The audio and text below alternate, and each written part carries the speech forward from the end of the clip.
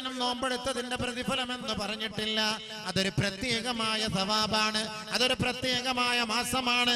ആ മാസത്തെ വരവേൽക്കുന്നതിന് മുന്നോടിയായി അഡ്വാൻസ് ആയി നമ്മൾ ഇതാ റജബ് മുതൽ തുടങ്ങുകയാണ്, ശഅബാൻ മുതൽ തുടങ്ങുകയാണ്. അല്ലാഹുവേ അല്ലാഹുവേ, ഈ റജബിന്റെ മാസത്തിൽ ഒരു ദിവസം നിനക്ക് വേണ്ടി ഞാൻ പട്ടിണിയിരിക്കുകയാണ്. ഒരു ദിവസം ഒരാള് നോമ്പെടുത്താൽ കാന കസിയാമി സന, ഒരു വർഷം മുഴുവനും നോമ്പെടുത്തവനെ പോലെയാണെന്ന് ഹബീബുനാ ശഫീഉനാ റസൂലുള്ളാഹി സ്വല്ലല്ലാഹു അലൈഹി വസല്ലം. ഒറ്റ ദിവസം റജബിന്റെ മാസത്തിലെ ഒരു നോമ്പിന്റെ പ്രതിഫലം വീണ്ടും അല്ലാഹുവിന്റെ റസൂൽ പറയുകയാണ്, തീർത്തിട്ടില്ല, ഇത്രത്തോളം ശ്രേഷ്ഠം. മൻ സാമ സബ്അത അയ്യാമിൻ മിൻ റജബ്, റജബിന്റെ മാസത്തിൽ 7 ദിവസം ഒരാൾ നോമ്പെടുത്താൽ ഉൽഖത് അൻഹു അബു സബ്അതു അബ്വാബി ജഹന്നം. അല്ലാഹു അക്ബർ. നബിയുനാ ശഫീഉനാ റസൂലുള്ളാഹി നോമ്പ് ഈ റജബിന്റെ മാസത്തിൽ എടുത്താൽ ലഹാ സബ്അതു അബ്വാബ്, നരകത്തിന് 7 വാതിലാണ്, നരകത്തിന് 7 വാതിലാണ്. ലികുല്ലി ബാബിൻ മിൻഹും ജുസും മഖ്സൂം, ഓരോ ബാബുകളും ഓരോ വാതിലുകളും ഓരോ പാവികൾക്ക് വേണ്ടി ഇതാ തീരെഴുതി വെക്കപ്പെട്ടിരിക്കുകയാണ്. അവരതിൽ കൂടെയാണ് പ്രവേശിക്കുക, അവരെ മാടി വിളിക്കുകയാണ്. ആ വാതിൽക്കൽ ഇതാ ഗർജിച്ചു കൊണ്ടിരിക്കുകയാണ്. ആ വാതിൽക്കലൂടെയാണ് ആ നരകവാസികളെ പ്രവേശിക്കുക. പരിശുദ്ധമായ റജബിന്റെ മാസത്തിൽ 7 നോമ്പ് ഒരാൾ അനുഷ്ഠിച്ചാൽ ഈ റജബിന്റെ മാസത്തിന്റെ ബർക്കത്ത് കൊണ്ട് നരകത്തിന്റെ 7 വാതിൽക്കൽ 7 വാതിലുകൾ അവന്റെ മേൽ കൊട്ടിയടയ്ക്കപ്പെടുമത്രേ. അടച്ചു 7 നോമ്പെടുത്താൽ എത്ര വലിയ ഭാഗ്യ. റജബിന്റെ മാസമായി കേട്ടോ. അടുത്ത മാസം നോക്കി നിൽക്കല്ലേ, നാളെ മുതൽ തുടങ്ങിക്കോണം. ചാലു ആയിക്കോ, മീറ്റർ ചാലു ആവട്ടെ. ഞങ്ങൾ യാത്രക്കാരായതുകൊണ്ട് നമ്മളെ കൊണ്ട് പറ്റില്ല. ഇനി ഞാൻ അവിടെ ഇരുന്ന് ബ്രോസ്റ്റ് അടിക്കുന്നുണ്ട്, നിങ്ങൾ വന്നിട്ട് ഉസ്താദ് നോമ്പ് പിടിച്ചിട്ടില്ല, ഉസ്താദ് പ്രസംഗിച്ചു അല്ല. ഇപ്പൊ നമുക്കൊന്ന് ഏറ്റവും വലിയ പ്രശ്നം, നമ്മൾ പ്രസംഗിക്കുന്നുണ്ട്, പ്രവർത്തിക്കുന്നില്ല. അതുകൊണ്ട് നിങ്ങളൊന്ന് ദ്വാരക്കി ഞങ്ങൾക്ക് വേണ്ടിയിട്ട്. ഈ പ്രസംഗിച്ചിട്ടെങ്കിലും നന്നാവാൻ വേണ്ടി ദ്വാരക്കി. നാളെ പ്രാസംഗികന്മാരെ ആദ്യം പിടിച്ച് നരകത്തിയിടുക. അള്ളാഹ് അത് കേട്ടിടം പോലെ പ്രസംഗം നിർത്താൻ പോവാണ്.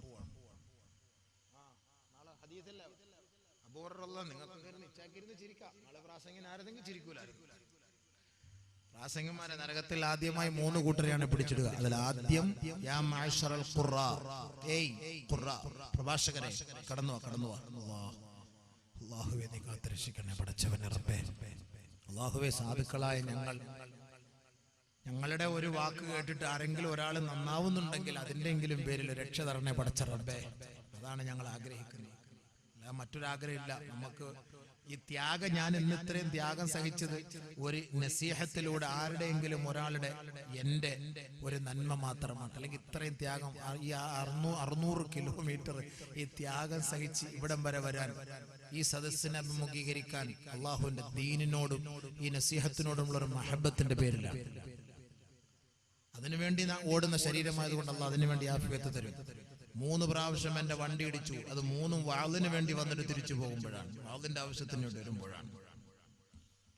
എന്റെ ഭാര്യയും കൊണ്ട് മംഗലത്തിന് പോകുമ്പോഴായിരുന്നില്ല, എല്ലാം വാളിന്റെ പേരിലാണ്. ബഹുമാനമുള്ള സഹോദരങ്ങൾ, അതൊക്കെ അള്ളാഹുവിന്റെ ദീനിന്റെ മാർഗത്തിലാകുമ്പോൾ ഈ ത്യാഗം അനുഭവിക്കുമ്പോൾ അതിന് അള്ളാഹു നല്ല കൂലി തരുമെന്നൊരു പ്രതീക്ഷയാണ്, ഒരു പ്രതീക്ഷയാണ്. അല്ലാതെ അമലി കൊണ്ട് സ്വർഗത്തിൽ കിടക്കാമെന്ന് ഞാൻ ആഗ്രഹിക്കുന്നില്ല. കിട്ടൂല. അള്ളാഹു നമുക്കെല്ലാം സ്വർഗം നൽകുമാറാകട്ടെ. 7 നരകത്തിന്റെ വാതിൽ അല്ലാഹു അടയ്ക്കും റജബിന്റെ മാസത്തിൽ 7 നോമ്പ് പിടിച്ചാൽ. 8 നോമ്പെടുക്കുന്നുവോ അവന് വേണ്ടി സ്വർഗത്തിന്റെ 8 വാതിലുകൾ തുറക്കപ്പെടുമെന്ന് നബിയുനാ ഹബീബുനാ റസൂലുള്ളാഹി സ്വല്ലല്ലാഹു അലൈഹി വസല്ലം. സ്വർഗത്തിന് 8 വാതിലുണ്ടത്രേ. പരിശുദ്ധ ഖുർആനും ആ ഭാഗം ചർച്ച ചെയ്യുന്നുണ്ട്. ആ 8 വാതിൽക്കലിലൂടെ, അവൻ ഇഷ്ടപ്പെടുന്ന വാതിലിലൂടെ സ്വർഗത്തിൽ കടക്കാൻ അള്ളാഹു അവസരം നൽകുന്നത് ഈ റജബിന്റെ മാസത്തിൽ 8 നോമ്പ് അനുഷ്ഠിക്കുന്നവർക്കാണ്. 8 നോമ്പ് ഫ്രീ ആയിട്ട് കിട്ടുന്ന ചാൻസ് ആണ്. ഞങ്ങൾ നോമ്പ് ഒടിച്ചിട്ട് ഇപ്പി അബൂബക്കർ മുസ്ലിയാർക്കുണ്ട് ദ്വാരം. 8 നോമ്പ് 8 വാതിൽക്കൽ സ്വർഗത്തിൽ കിടക്കും. നബിയുനാ റസൂലുള്ളാഹി തആല വീണ്ടും പറയുകയാണ് വമൻ സാമ അശറത അയ്യാം റജബിന്റെ മാസത്തിൽ 10 നോമ്പ് അനുഷ്ഠിച്ചാൽ ലയസ്അലല്ലാഹ അസ്സ വജല്ല ശൈആ ഏതൊരു വസ്തുവിനെ കുറിച്ച് ചോദിക്കുന്നുവോ അവന്റെ ദുനിയവി ഉഖ്റവി കാര്യങ്ങളെ കുറിച്ച് ചോദിക്കുന്നുവോ നമസ്കാര പായയിലിരുന്ന് നിറകണ്ണുകളോടെ കരങ്ങൾ നീട്ടി പടച്ച തമ്പുരാന്റെ കോടതിയെ അള്ളാഹുവിന്റെ മുന്നിൽ സകലവും സമർപ്പിച്ചുകൊണ്ട് അള്ളാഹു റബ്ബുൽ ഇസ്സത്തിനോട് പൊട്ടിക്കരഞ്ഞുകൊണ്ട് അവന്റെ ദുനിയവി ഉഖ്റവി കാര്യങ്ങളെ ചോദിച്ചാൽ ഇല്ലാ അഅതാഹു അല്ലാഹു അവന്റെ തേട്ടത്തെ തട്ടിക്കളയുകയില്ല. അല്ലാഹു അവന്റെ കണ്ണുനീരെ ഒപ്പിയെടുക്കുമത്രേ. അല്ലാഹു അവന്റെ ദുആ സ്വീകരിക്കുമത്രേ. അല്ലാഹു അവനെ സന്തോഷിപ്പിക്കുമത്രേ. ഏതൊരു കാര്യത്തെ കുറിച്ചാണോ ഈ 10 നോമ്പ് റജബിന്റെ മാസത്തിൽ അനുഷ്ഠിച്ചിട്ട് ചോദിച്ചത് അവൻ ചോദിച്ചത് മുഴുവനും അല്ലാഹു അവന് നൽകുമെന്ന് നബിയുനാ റസൂലുള്ളാഹി റസൂലുള്ളാഹി തങ്ങൾ പറഞ്ഞിട്ട് ഹദീസ് പൂർത്തീകരിക്കുകയാണ്. അനസ് റളിയല്ലാഹു അൻഹു റിപ്പോർട്ട് ചെയ്യുന്ന ഹദീസാണ്. വമൻ സാമ 15 അയ്യാം ഒരു വിളിയാളം കേൾക്കുകയാണ്. ഖദ് ഗഫർതു ലക ഖദ് ഗഫർതു ലക നിനക്ക് ഞാനിതാ മാപ്പ് ചെയ്തിരിക്കുകയാണെന്ന് ആകാശലോകത്ത് നിന്ന് വിളിയാളം വരികയാണ്. ആരോ വിളിച്ചു പറയുന്നവർ വിളിച്ചു പറയുകയാണ് 15 നോമ്പ് റജബിന്റെ മാസത്തിൽ അനുഷ്ഠിച്ചവരെ അള്ളാഹുവിന്റെ ഓർഡറാണ്, അള്ളാന്റെ കൽപ്പനയാണ്. അള്ളാഹു പറഞ്ഞിരിക്കുകയാണ് ഖദ് ഗഫർതു ലക നിന്റെ പാപം ഞാൻ ഇതാ മാപ്പ് ചെയ്തിരിക്കുകയാണ്. മാത്രമല്ല ദുനിയാവിൽ നീ ചെയ്ത തെറ്റുകളുണ്ടല്ലോ ആ തെറ്റുകൾ മുഴുവനും ഞാൻ ഇതാ നന്മയാക്കി രൂപപ്പെടുത്തിയിരിക്കുകയാണ്, നന്മയാക്കി രൂപപ്പെടുത്തിയിരിക്കുകയാണ്. യുബദ്ദിലുല്ലാഹു അൻഹും സയ്യിആതിഹിം ഹസനാത്ത് 15 നോമ്പെടുത്തവർ ഈ ദുനിയാവിൽ വെച്ച് ചെയ്ത തെറ്റില്ലേ ആ തെറ്റൊക്കെ നന്മയാക്കി അല്ലാഹു മാറ്റും. അല്ലാഹു മാറ്റും. വ്യഭിചരിച്ചത് നോമ്പാക്കി മാറ്റും, കള്ളു കുടിച്ചത് നോമ്പാക്കി മാറ്റും, ചാറ്റിംഗ് ചെയ്തത് നോമ്പാക്കി മാറ്റും, ചീറ്റിംഗ് ചെയ്തത് അല്ലാഹു തആല നന്മയാക്കി മാറ്റും, ലൈൻ അടിച്ചത് അല്ലാഹു തആല നന്മയാക്കി മാറ്റും. 15 നോമ്പെടുക്കണം. 15 നോമ്പെടുക്കണം. ഇനിയിപ്പോ ചാറ്റിംഗ് ചെയ്തിട്ട് 15 നോമ്പെടുത്തിട്ട് അടുത്ത പുതിയ ലൈൻ തിരഞ്ഞെടുത്ത് അടുത്ത റജബ് വരുന്നുണ്ടല്ലോ. അപ്പൊ നമുക്ക് ഇപ്പൊ ഇത് കഴിഞ്ഞിട്ട് നമുക്ക് അടുത്ത റജബിലേക്ക് വീണ്ടും ഒരു 15 നോമ്പെടുത്തിട്ട് തടി സലാമത്താക്കാം. അത് പറ്റൂല. അത് പള്ളിയിൽ പോയി പറഞ്ഞാൽ മതി. ആ പരിപാടി ഒന്നും നടക്കൂല. അങ്ങനല്ല അതിന്റെ അർത്ഥം. അങ്ങനല്ല അതിന്റെ അർത്ഥം. അള്ളാഹുവെ പേടിച്ച് നമ്മൾ മനുഷ്യരാണ്, തെറ്റുകൾ ചെയ്തു പോയി. അള്ളാഹുവെ തെറ്റുകൾ ചെയ്തു പോയി, അതിനൊരു പരിഹാരം എന്ന വണ്ണം അള്ളാഹുവെ നീ ഞങ്ങളെ കാത്തുരക്ഷിക്കണം. അതിന് വേണ്ടിയിട്ട് ഞങ്ങൾ ഇതാ ഒരു 15 നോമ്പ്. അല്ലാഹു തൗഫീഖ് നൽകുമാറാകട്ടെ. അല്ലാഹുമ്മ ബാരിക് ലനാ ഫീ റജബി വ ശഅബാൻ വബല്ലിഗ്നാ ശഹ്റ റമളാൻ ووفقنا فيه للقيام والصيام على الوجه الذي يرضيك عنا يا رب العالمين. റജബിന്റെ മാസത്തിലെ ബർക്കത്ത് വേണം. ബർക്കത്ത് എന്ന് പറയുന്നത് അള്ളാന്റെ ഭാഗത്ത് നിന്ന് കിട്ടുന്ന ഒരു ഓശാരമാണ്, അള്ളാന്റെ ഭാഗത്ത് നിന്ന് കിട്ടുന്ന സമ്മാനമാണ്. അവൻ ഇഷ്ടപ്പെട്ട ചില നാടുകളിലേക്ക്, അവൻ ഇഷ്ടപ്പെട്ട ചില ദാസന്മാരിലേക്ക്, അവൻ ഇഷ്ടപ്പെട്ട ചില ദാസിമാരിലേക്ക് അള്ളാഹു ഇറക്കിക്കൊടുക്കുന്ന ചില നന്മകളാണ് ബർക്കത്ത്. ബർക്കത്ത് ബർക്കത്ത് എന്ന് പറയുന്നത്, ആ ബർക്കത്ത് എന്ന് പറയുന്നത് ആ ബർക്കത്തിനെ ആഗ്രഹിച്ച് ചോദിച്ചവർക്ക് മാത്രമേ ലഭിക്കൂ, അല്ലാത്തവർക്ക് കിട്ടൂല. അല്ലാത്തവർക്ക് കിട്ടൂല. ബർക്കത്തിന് വേണ്ടി ആഗ്രഹിച്ചവർക്ക് കിട്ടുള്ളൂ. കല്യാണ സദസ്സിൽ പാട്ടുപാടിയിട്ട് ബർക്കത്തിന് വേണ്ടി ചോദിച്ചാൽ അല്ലാഹു തരുകയില്ല, കിട്ടൂല. യാതൊരു സംശയവും വേണ്ട, കിട്ടൂല. ഈ റജബിന്റെ മാസത്തിൽ നീ ബർക്കത്ത് നൽകണമേ എന്ന് റജബിന്റെ മാസത്തിലെ വിവാഹ സദ്യ ഉണ്ടിട്ട് വിവാഹ വേദിയിൽ വെച്ചുകൊണ്ട് റബ്ബിനോട് തന്റെ മകളെയും തന്റെ മരുമകനെയും സാക്ഷ്യപ്പെടുത്തി പ്രാർത്ഥിക്കുന്ന മാതാക്കളെ, പിതാക്കളെ, ഇച്ഛമാരെ, ആങ്ങളമാരെ, പെങ്ങന്മാരെ, നിങ്ങളുടെ പ്രാർത്ഥന എന്താണ്? അല്ലാഹുവേ, എന്റെ മകൾക്ക് നീ ബർക്കത്ത് ചെയ്യണമേ, എന്റെ മരുമകന് നീ ബർക്കത്ത് ചെയ്യണമേ. ബാറക്കല്ലാഹു ലക്കുമാ, നിങ്ങൾക്ക് രണ്ടുപേർക്കും അല്ലാഹു ബർക്കത്ത് നൽകട്ടെ. നമസ്കാരമുള്ള ഒരു ഇച്ഛയാണ് ഈ പാട്ട് പാടിക്കാൻ വേണ്ടി പൈസ കൊടുത്തിട്ട് ഈ സദസ്സിലേക്ക് ജനങ്ങളെ വിളിച്ചു വരുത്തുന്നതെങ്കിൽ എന്റെ പൊന്നിച്ച, നിങ്ങളുടെ ദുആയ്ക്ക് ഉത്തരമില്ല. അങ്ങനെ ഉത്തരം കിട്ടും. എങ്ങനെ ഉത്തരം കിട്ടും? കസർക്കൊട്ട പെണ്ണുങ്ങളെ കണ്ടിരുന്ന, തലശ്ശേരി പെണ്ണുങ്ങളെ കണ്ടുക, ചുക്കളിലെ പെണ്ണുങ്ങളെ കണ്ടിട്ടില്ലേ? കല്ലമ്പലത്ത് എന്ന് പറഞ്ഞ സ്ഥലം തിരുവനന്തപുരം. കല്ലമ്പലത്ത് ആണുണ്ട്, പെണ്ണാണ്, ഇങ്ങനെ ഇവിടുന്നല്ലേ തുടക്കം കുറിച്ചത്. അപ്പൊ നിങ്ങൾക്ക് ആ ഓരോരുത്തരുടെ പാട്ട് പാടിയാൽ എന്റെ മൊത്തം കൂലി ഈ നാട്ടുകാർക്ക് കിട്ടും. എല്ലാവർക്കും ഈ നാട്ടുകാർക്ക് ഇവിടുന്നല്ലേ അണങ്കൂർ, ഇവിടുന്ന് കണ്ടല്ലേ ഒരു ചങ്ങാ തുടങ്ങി വെച്ചത് അല്ലേ? ഇപ്പൊ എവിടുന്ന് എത്തി? അടിയിലെത്തി, ഇടിയിലെത്തി, ഷൂട്ടിംഗ് ആയി, സിനിമയായി, ഇതുവരെയായി. ആരാ ഇതിന്റെ മുന്നിൽ നിൽക്കുന്നത്? മുസ്ലിം പെണ്ണുങ്ങൾ. ആ പാട്ടോടി പെണ്ണുങ്ങൾ ഇവിടെ ഉണ്ടോ? മുസ്ലിം പെണ്ണുങ്ങൾ. ദുബായിൽ അടിവരെ ഉണ്ടായി. കാസർഗോട്ടുകാരെ തലശ്ശേരിക്കാരടിച്ചു, തലശ്ശേരിക്കാരെ തിരിച്ചു കാസർഗോട്ടുകാരടിച്ചു. അടിവഴി. എന്തപ്പ ഇത്? ഇതിനകത്ത് ഇപ്പൊ എന്താ ഇത്ര വലിയ കാര്യം? കണ്ടിന എന്ന് പറഞ്ഞാൽ കാണിച്ചു തരാം. ഇന്നിപ്പോ ഒരു പെണ്ണിനെ നമ്മൾ പോയി ചോദിച്ചാൽ അവള് കാണിച്ചു തരുന്നു. പണ്ട് യേശുക്രിസ്തു പറഞ്ഞ് നമ്മൾ കേട്ടിട്ടുള്ളൂ, മുട്ടുവിൻ തുറക്കപ്പെടും, ചോദിക്കുവിൻ തരപ്പെടും. യേശുക്രിസ്തു പറഞ്ഞാൽ നമ്മൾ കേട്ടിട്ടുള്ളൂ അല്ലേ? പോയി മുട്ടിയാൽ മതി, തുറന്നു തരും. ചോദിച്ചോളി, തരും, എല്ലാം തരും എന്ന് പറഞ്ഞ പോലെ ഇപ്പൊ വേണോ ചോദിച്ചിട്ട് ഇങ്ങോട്ട് വിളിക്കാണ്. ആ കാലഘട്ടത്തിലേക്ക് സമുദായം എത്തി. എന്താ ഇപ്പൊ കാലഘട്ടം? അതിലേക്ക് അതപ്പതിച്ചു പോയില്ലേ മുസ്ലിം പെൺകുട്ടികൾ?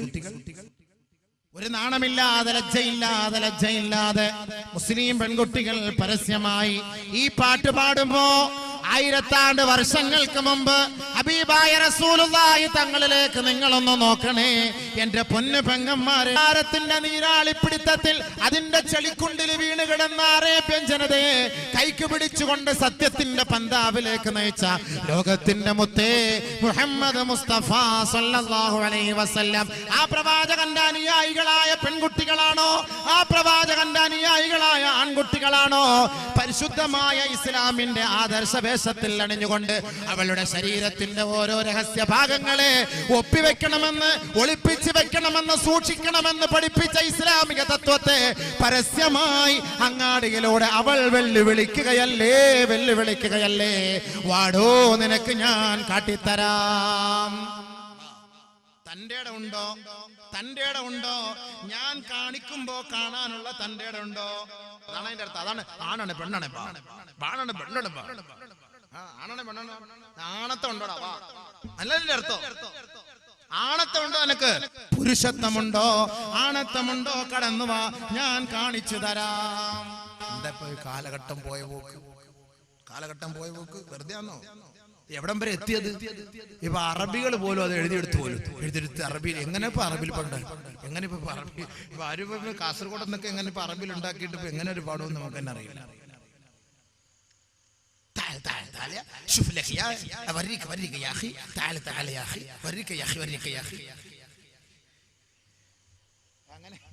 അങ്ങനെയല്ലേ ഒരു പാട്ടുണ്ടാക്കാൻ പറ്റില്ല.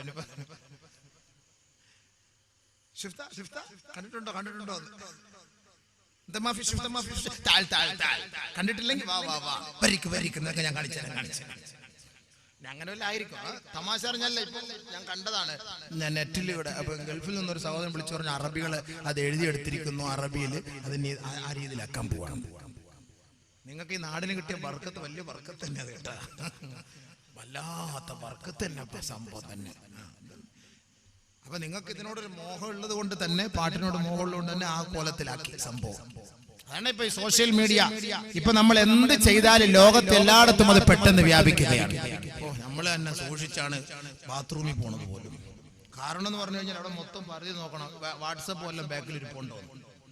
കാരണം ഇപ്പൊ വാട്സപ്പും ഈ എന്താ പേര് മറ്റേ ഫേസ്ബുക്കും അല്ലെ, ഫേസിൽ ഇരിക്കുകയാണല്ലോ ഈ ബുക്ക്. ഇപ്പൊ മുന്നോട്ടിരിക്കാനും പറ്റൂല, വാട്സപ്പിൽ പുറകോട്ടിരിക്കാനും പറ്റൂല. എല്ലാ ഭാഗത്തിലും ആകെ മൊത്തം പ്രതീക്ഷ ഇത് തന്നെയാണ്. എന്ത് ചെയ്യും? ഇത് എന്തിനാണ് ഇന്നത്തെ ഈ സോഷ്യൽ മീഡിയ? നിങ്ങളെ അള്ളാഹുവിലേക്ക് ഞാനൊന്ന് കൊണ്ടുപോകട്ടെ. നമ്മൾ ചെയ്യുന്ന ഓരോ തെറ്റുകുറ്റങ്ങളും അള്ളാഹു വാട്സപ്പിലൂടെ അതല്ലെങ്കിൽ ഈ നെറ്റിലൂടെ നമ്മൾ ഇന്ന് കാണുന്നത് പോലെ പടച്ച തമ്പുരാൻ നമ്മുടെ ഓരോ രഹസ്യങ്ങളെയും ഒപ്പിയെടുക്കുന്നു എന്ന് ഖുർആൻ നമ്മളെ പഠിപ്പിക്കുമ്പോൾ നമുക്കതൊരു വിശ്വാസമില്ല. അതിനെ ആരും പേടിക്കാറില്ല. ആരെങ്കിലും പേടിക്കുവോ? ആരും പേടിക്കാറില്ല. മാ യൽഫിദു മിൻ ഖൗലിൻ ഇല്ലാ ലദൈഹി റഖീബുൻ അതീദ്. ഏതൊരു വാക്ക് നമ്മൾ സംസാരിച്ചാലും പ്രവർത്തിച്ചാലും അത് റഖീബ് അതീദ് എഴുതി രേഖപ്പെടുത്തുന്നുണ്ട്. അപ്പോഴേ വാട്സപ്പിൽ എടുക്കുന്നു, ഫേസ്ബുക്കിൽ അത് ഫിറ്റ് ചെയ്ത് വെക്കുന്നു. അതെല്ലാം അപ്പോഴേ ക്യാമറയിൽ അത് ഒപ്പിയെടുത്തുകൊണ്ട്. ഇത് ആർക്കും പറഞ്ഞാൽ മനസ്സിലാവില്ല. ഇന്നിപ്പത്തെ സോഷ്യൽ മീഡിയ വന്നപ്പോ എല്ലാവർക്കും പേടിയായി. ബാത്റൂമിൽ പോകുമ്പോ ശ്രദ്ധിക്കുന്നു, സ്കൂളിൽ പോകുമ്പോ ശ്രദ്ധിക്കുന്നു, കുളിക്കാൻ പോകുമ്പോ ശ്രദ്ധിക്കുന്നു. ബഹുമാനികളെ, സഹോദരിമാരെ, ഇന്ന് വിവാഹ വേദികളിൽ നിങ്ങളുടെ ഫോട്ടോകൾ എടുക്കാറില്ലേ? ക്യാമറാമാൻ നിങ്ങളുടെ ഓരോ രഹസ്യാവയവങ്ങളും ഒപ്പിയെടുക്കാറില്ലേ? സുന്ദരികളായ പെണ്ണിന്റെ ഓരോ നഗ്നഭാഗങ്ങൾ ഒപ്പിയെടുത്തുകൊണ്ട് അതിന്റെ ഓരോ ഭാഗങ്ങൾ ക്ലിപ്പായിട്ടിട്ട് പാശ്ചാത്യ ലോകത്തേക്ക് ഇതാ വാട്സപ്പിലൂടെ അയച്ചു കൊടുക്കുകയാണ്. വാട്സപ്പിലൂടെ നിങ്ങളുടെ ഒരാളുടെ മാത്രമല്ല അഡ്രസ്, ഏതൊരു ഫോണിലാണോ വാട്സപ്പ് കിടക്കുന്നത് ആ വാട്സപ്പിലുള്ള സകലമാന കോണ്ടാക്റ്റുകളും ആ ഏതൊരു വ്യക്തിക്കാണോ അയച്ചു കൊടുക്കുന്നത് ആ വാട്സപ്പിന്റെ ഉടമസ്ഥർക്ക് ലഭിക്കുമത്രേ. മനസ്സിലാക്കണം. വാട്സപ്പ് എന്നൊക്കെ പറഞ്ഞാലും ഈ പറയുന്ന പോലെ ഫേസ്ബുക്ക് എന്നൊക്കെ പറഞ്ഞാല് നമ്മൾ എന്റെ കൂട്ടുകാരന് വേണ്ടി നമ്മളൊന്ന് അയച്ചു കൊടുക്കും. പക്ഷേ നിന്റെ മൊബൈലിലൂടെ അയക്കുമ്പോൾ ആ മൊബൈലിൽ എത്ര കോൺട്രാക്ട് നമ്പർ ഉണ്ടോ അത് മുഴുവനും വാട്സപ്പുകാർക്ക് കിട്ടും. നീ അറിയുന്നില്ല, അത് അവർക്ക് കിട്ടും. അവർക്ക് എന്തും ചെയ്യാതെ അതാരും അറിയുന്നില്ല. സംഭവം വെക്കുക, കുത്തുക, അങ്ങോട്ട് അയച്ചു വിടുക. എവിടാ കുത്തുക എന്നുള്ളത് അറിയില്ല. സംഭവം എവിടെങ്കിലും കിട്ടുന്നിടത്ത് കുത്തി കൊടുക്കുക. അത് തന്നെയാണ് പ്രശ്നം. ഈ ടച്ച് മൊബൈൽ പോലെ പൈസ പോകുന്ന അറിയില്ല. സംഭവം അറിയാൻ വയ്യാത്ത ഒരു ചങ്ങാതിരയിലുണ്ട് കുത്തി കൊടുത്ത് അവിടെ ഇവിടെ കുത്തിയ സാധനം ഇങ്ങനെ പോയിക്കൊണ്ടിരിക്കുന്നത് നമ്മളിത് അറിയില്ല. ബഹുമാനമുള്ള സഹോദരങ്ങൾ, അതുകൊണ്ട് സൂക്ഷിച്ചോളി. കോടിക്കണക്കിന് ഡോളർ കൊടുത്തിട്ട് വാട്സപ്പും ഇതൊക്കെ ഫേസ്ബുക്ക് ഒക്കെ വാങ്ങിയിരിക്കാണ്. നമ്മുടെ ഓരോ രഹസ്യങ്ങൾ അവരത് എടുക്കുന്നു. കോടിക്കണക്കിന് രൂപയ്ക്ക് നമ്മുടെ അഡ്രസ്സുകൾ അവർ മറിച്ചു വെക്കുന്നു. നമ്മൾ ആരും അറിയുന്നില്ല.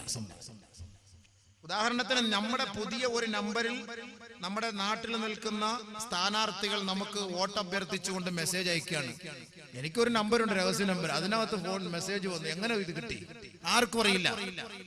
ആർക്കും അറിയാത്ത ഒരു നമ്പർ, രഹസ്യ നമ്പറിൽ പോലും വോട്ട് അഭ്യർത്ഥിച്ചുകൊണ്ട് സ്ഥാനാർത്ഥികൾ മെസ്സേജ് അയക്കുമ്പോ അതിന്റെ ഉറവിടം എവിടെ നിന്നാണ്? അപ്പോ നമ്മുടെ കയ്യിൽ നിന്ന് പോയി എന്നല്ലേ അതിന്റെ അർത്ഥം? നമ്മളിവിടെ കടയിൽ കൊണ്ട് കൊടുക്കുന്നത് മാത്രമല്ല, അത് നമ്മളൊരു വാട്സപ്പിലൂടെ നമ്മൾ ഡൗൺലോഡ് ചെയ്തിട്ട് നമ്മൾ ഇത് അയക്കുമ്പോ അതിന്റെ ഓരോന്നിന്റെയും അഡ്രസ് അടക്കം അത് കിട്ടേണ്ട സ്ഥലത്ത് കിട്ടിക്കൊണ്ടിരിക്കുകയാണ്. കിട്ടേണ്ട സ്ഥലത്ത് കിട്ടുക. നമുക്ക് നോക്കുമ്പോ ഫ്രീ ആയിട്ട് നമുക്കിപ്പോ കാണാനും സംസാരിക്കാനും അല്ലെങ്കിൽ അങ്ങോട്ടും ഇങ്ങോട്ടും ബന്ധപ്പെടാനുള്ള സൗകര്യങ്ങളൊക്കെ ഈ നെറ്റുകാരെ തുറന്നു തരുമ്പോ നമ്മൾ ധരിക്കുന്നത് എന്താ? എല്ലാം നല്ല സൗകര്യമാണ്. മാഷാ അല്ലാഹ്, തബാറക്കല്ലാഹ്, എത്ര ഫ്രീ.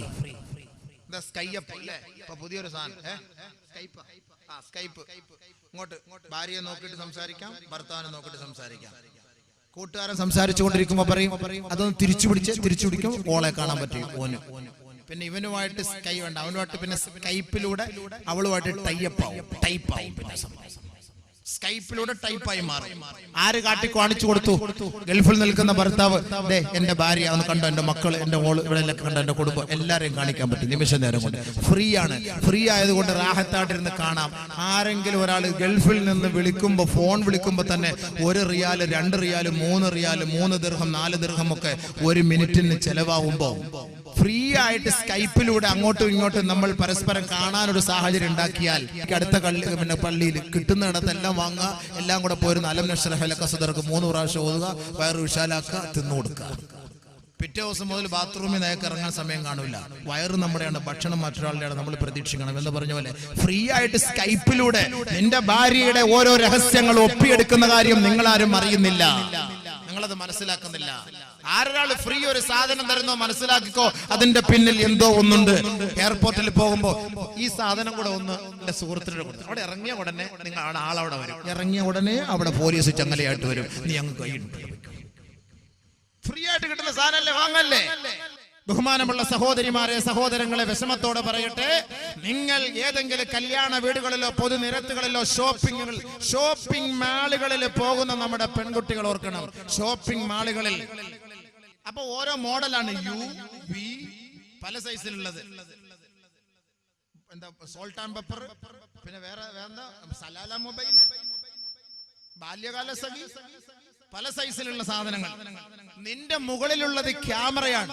ഷോപ്പിംഗ് മാളിലൂടെ കടന്നു പോകുന്ന പെൺകുട്ടികൾ ആരെങ്കിലും ധരിക്കുന്നുണ്ടോ നിന്റെ മുകളിലുള്ളത് ക്യാമറയാണ്?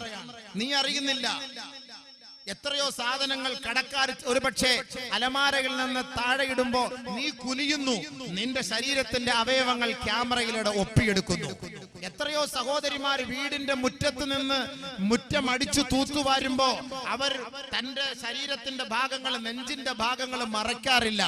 നെഞ്ചിന്റെ ഭാഗങ്ങൾ മറയ്ക്കാതെ കുനിഞ്ഞു നിന്ന് വസ്ത്രമലക്കുന്നു, കുനിഞ്ഞു നിന്ന് വീട് വൃത്തിയാക്കുന്നു, കുനിഞ്ഞു നിന്നുകൊണ്ട് മുറ്റമടിക്കുന്നു. ദൂരത്തിൽ നിന്നുകൊണ്ട് പുള്ളന്മാർ, ചുള്ളന്മാർ, കുണ്ടന്മാർ, ചെറുപ്പക്കാർ വിദൂരത്തിൽ നിന്നുകൊണ്ട് അവർ മൊബൈലിലൂടെ സൂം ചെയ്ത് നിന്റെ രഹസ്യ അവയവങ്ങളെല്ലാം ഒപ്പിയെടുത്ത് നേരെ നെറ്റിലേക്ക് ഇടുന്നു. അല്ലെങ്കിൽ നിനക്കവർ ഒരു കോപ്പി അയച്ചു തരുന്നു. പിന്നെ അവൻ പറയുന്ന വഴിയിലേക്ക് നീ പോകേണ്ടി വരും. ഇസ്ലാമിക പ്രവാചകൻ, ഇസ്ലാമിക നിയമത്തിന്റെ ഉടമസ്ഥൻ, ഇസ്ലാമിക പ്രസ്ഥാനത്തെ നമുക്ക് പഠിപ്പിച്ചു തന്ന ഹബീബായ തങ്ങൾ നമുക്ക് മനസ്സിലാക്കി തരുന്നു. പരസ്യമായി ഒരു പെണ്ണ് കുളിക്കാൻ പാടില്ല, പരസ്യമായി ഒരു പെണ്ണ് റോഡിൽ ഇറങ്ങാൻ പാടില്ല, പരസ്യമായി ഒരു പെണ്ണ് പൊതുനിരത്തിൽ വിശ്രമിക്കാൻ പാടില്ല. അള്ളാന്റെ റസൂൽ നമുക്ക് പഠിപ്പിച്ചു തരുമ്പോ ഒരു പെണ്ണിനെ ആശുപത്രിയിൽ കൊണ്ടുപോകണമെങ്കിൽ, ഒരു പെണ്ണിന് കല്യാണത്തിന് പോകണമെങ്കിൽ, ഒരു പെണ്ണ് രോഗിയെ സന്ദർശിക്കാൻ പോകണമെങ്കിൽ അവളോടൊപ്പം മഹ്റമായ ഒരു വ്യക്തി ഉണ്ടായിരിക്കണമെന്ന് പരിശുദ്ധ പ്രവാചകൻ പഠിപ്പിച്ചു തരുമ്പോ ആ ഒരു വാക്കിനെ അനർത്ഥമാക്കിക്കൊണ്ടാണ് നമ്മുടെ സഹോദരിമാർ ഇന്ന് അഴിഞ്ഞാടുന്നതെങ്കിൽ എന്റെ പൊന്നുപെങ്ങന്മാരെ, താമസം വിന നിങ്ങളുടെ നഗ്ന ഫോട്ടോ പ്രതീക്ഷിക്കാം നെറ്റിൽ, ഏത് സമയത്തും പ്രതീക്ഷിക്കാം. നിങ്ങൾ അറിയുന്നേ ഇല്ല സംഭവം. ആരറിയുന്നു? നമ്മളിപ്പോ ഇവിടെ വസ്ത്രം കഴിയുന്ന ആരെല്ലാം അറിയുന്നുണ്ടോ? വസ്ത്രം കഴിയുന്ന ആരെല്ലാം അറിയുന്നുണ്ടോ? എവിടെ നിന്ന്, ഏത് വീടിന്റെ മുകളിൽ നിന്ന് വേണമെങ്കിലും സൂം ചെയ്ത് ഫോട്ടോ എടുക്കാം. അതുകൊണ്ട് നിങ്ങളോട് പറയാനുള്ളത്, നിങ്ങൾ പരിപൂർണമായി ഔറത്ത് മറച്ചുകൊണ്ട് വേണം നിങ്ങൾ വീട്ടിന്റെ ഉള്ളിൽ നിന്ന് പുറത്തേക്ക് ഇറങ്ങാൻ. വീട്ടിന്റെ ഉള്ളിൽ പോലും കാസർഗോഡിനെ അപേക്ഷിച്ചിടത്തോളം നമ്മുടെ സഹോദരിമാർ വീടിന്റെ ഉള്ളിൽ പിന്നെ അവർക്ക് പർദ്ദ ഒഴിവാക്കിയിട്ട് വെറും സാധാ അടിയിലും മുകളിൽ ഒരു ഡ്രസ്സ് മാത്രം, മുകളിൽ സാധാരണ ഒരു തുണി പോലും ഇടാറില്ല. ഉസ്താദ് കണ്ടിട്ടുണ്ടോ എന്ന് ചോദിക്കല്ലേ. നമ്മളിപ്പോ സ്വാഭാവികമായിട്ട് നമ്മളിപ്പോ ഒരു വീട്ടിൽ കയറുമ്പോൾ പെട്ടെന്ന് പെണ്ണുങ്ങളൊക്കെ ഉസ്താദിനെ കാണാൻ വേണ്ടി ഇവിടെ വരുമ്പോ അപ്പോഴായിരിക്കും അവിടെ ഇവിടെ തപ്പിയെടുക്കുന്നത് തുണിയെല്ലാം ഉണ്ടോ ഇടാൻ വേണ്ടി. അപ്പൊ വീട്ടിനകത്താകുമ്പോ ഇവരത് ശ്രദ്ധിക്കാറില്ല. പക്ഷെ അത് തെറ്റാണ്, അത് ശ്രദ്ധിക്കണം. കാരണം എന്താ, നിങ്ങളുടെ കുടുംബത്തിൽപ്പെട്ടവര് തന്നെ മൊബൈലുമായി നിങ്ങളുടെ രഹസ്യങ്ങൾ ഒപ്പിയെടുക്കാൻ കാത്തു നിൽപ്പുണ്ട്. അടുത്ത സമയത്ത് പിടിച്ച കുറെ സംഭവങ്ങൾ സ്വന്തം കുടുംബത്തിൽപ്പെട്ടവര് തന്നെയാണ് ആ കുടുംബക്കാരുടെ രഹസ്യങ്ങൾ പുറത്തേക്ക് ചോർത്തി കൊടുത്തത്. സ്വന്തം കുടുംബത്തിൽപ്പെട്ടവര് തന്നെ. നമ്മൾ ശ്രദ്ധിക്കുന്നില്ല. നമ്മുടെ കൊച്ചാപ്പാടെ മകൻ, ഇളയാപ്പാടെ മകൻ, വല്യാപ്പാടെ മകൻ, മൂത്താപ്പാടെ മകൻ, കാരണവരുടെ മകൻ, അമ്മോശന്റെ മകൻ, ഇവരൊക്കെ ഇങ്ങനെ കടന്നു വരുമ്പോ നമ്മൾ ഒന്നും നോക്കാറില്ല. കുടുംബക്കാരൻ, രക്തബന്ധുക്കളാണ്. പക്ഷെ രഹസ്യത്തിൽ അവരുടെ കൈകളിലുള്ള മൊബൈൽ കൊണ്ട് നിങ്ങളുടെ രഹസ്യങ്ങൾ ഒപ്പിയെടുക്കുന്നത് നിങ്ങൾ അറിയുന്നില്ല. അത് പിന്നീട് പല സ്ഥലത്തേക്കും അത് പോകും. അത് ചാറ്റിംഗ് ആയിരിക്കും, അത് ചീറ്റിംഗ് ആയിരിക്കും. എന്റെ സഹോദരിമാർ, ജാഗ്രത, സൂക്ഷിച്ചാൽ നിങ്ങൾക്ക് നല്ലത്. ഇതെല്ലാം കാലെ കൂട്ടിക്കൊണ്ടാണ് ആദരവായ റസൂലുള്ളാഹി സ്വല്ലല്ലാഹു അലൈഹി വസല്ലമ തങ്ങൾ പറഞ്ഞത്. ഹബീബായ റസൂലുള്ളാഹി തങ്ങൾ മദീന പള്ളിയിൽ ഇരിക്കുമ്പോ ഒരു സുന്ദരിയായ പെണ്ണ് അണിഞ്ഞൊരുങ്ങിയ പള്ളിയുടെ മുറ്റത്തിലൂടെ നടന്നു പോവുകയാണ്.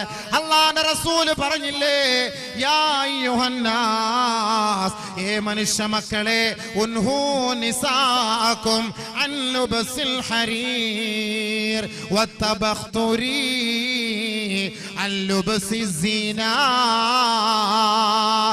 ഹബീബായ റസൂലുള്ളാഹി തങ്ങൾ ആ മദീന പള്ളിയിൽ ഇരുന്നു കൊണ്ട് വിളിച്ചു പറയുകയാണ്, ഏ സഹോദരങ്ങളെ, നിങ്ങളുടെ പെൺമക്കളെ, നിങ്ങളുടെ ഭാര്യമാരെ, നിങ്ങളുടെ കുടുംബത്തിലുള്ള സഹോദരിമാരുടെ ശരീരത്തെ നിങ്ങൾ സൂക്ഷിക്കണേ. അവരുടെ ശരീരത്തിൽ അണിയുന്ന ആഡംബര വസ്തുക്കളെ, ആഡംബര വസ്ത്രങ്ങളെ നിങ്ങൾ സൂക്ഷിക്കണേ. ഉൻഹു, നിങ്ങൾ തടയണേ, നിങ്ങൾ വാങ്ങിക്കൊടുക്കരുതേ, വാങ്ങിക്കൊടുക്കരുതേ. അല്ലുബ്സിസിനാ, സൗന്ദര്യമുള്ള ആലങ്കാരികമായ വസ്ത്രങ്ങൾ ധരിക്കാൻ നിങ്ങളുടെ പെൺമക്കളെ നിങ്ങൾ അനുവദിക്കരുത്. വതബഖ്തുരി, അണിഞ്ഞൊരുങ്ങി സൗന്ദര്യവർദ്ധക വസ്തുക്കളും അവരുടെ ശരീരത്തിൽ പുരട്ടിക്കൊണ്ട് ശരീരത്തിൽ അവർ ആകമാനം ശരീരത്തിന്റെ ഓരോ ഭാഗങ്ങളിൽ, ശരീരത്തിന്റെ ഓരോ രഹസ്യാവയവങ്ങളിൽ മനുഷ്യരാണുങ്ങൾ, ആണുങ്ങൾ എന്റെ സൗന്ദര്യം വീക്ഷിക്കട്ടെ, എന്റെ സൗന്ദര്യം ഒപ്പിയെടുക്കട്ടെ, അവർ സുഖം ആസ്വദിക്കട്ടെ എന്ന് ആരെങ്കിലും ധരിച്ചുകൊണ്ട് തന്റെ ശരീരത്തിലൂടെ സൗന്ദര്യവർദ്ധക വസ്തുക്കളോ സുഗന്ധദ്രവ്യങ്ങളോ പൂശിക്കൊണ്ട് നടന്നാൽ ആദരവായ റസൂലുള്ളാഹി തങ്ങൾ പറഞ്ഞില്ലേ, അവൾ പിശാചിന്റെ കൂട്ടുകാരിയാണ്, അവളോടൊപ്പം സഞ്ചരിക്കുന്നത് പിശാച, അവൾ ശപിക്കപ്പെട്ടവളാണ്, ശപിക്കപ്പെട്ടവളാണ്. അതുകൊണ്ട് അല്ലാഹുവിന്റെ റസൂൽ പറയുകയാ, യാ അയ്യുഹന്നാസ് ഉൻഹു നിസാഅകും അല്ലുബ്സിസിനാ, ആലങ്കാരിക വസ്തുക്കളെയും സൗന്ദര്യവർദ്ധക വസ്തുക്കളെയും സുഗന്ധദ്രവ്യങ്ങളെയും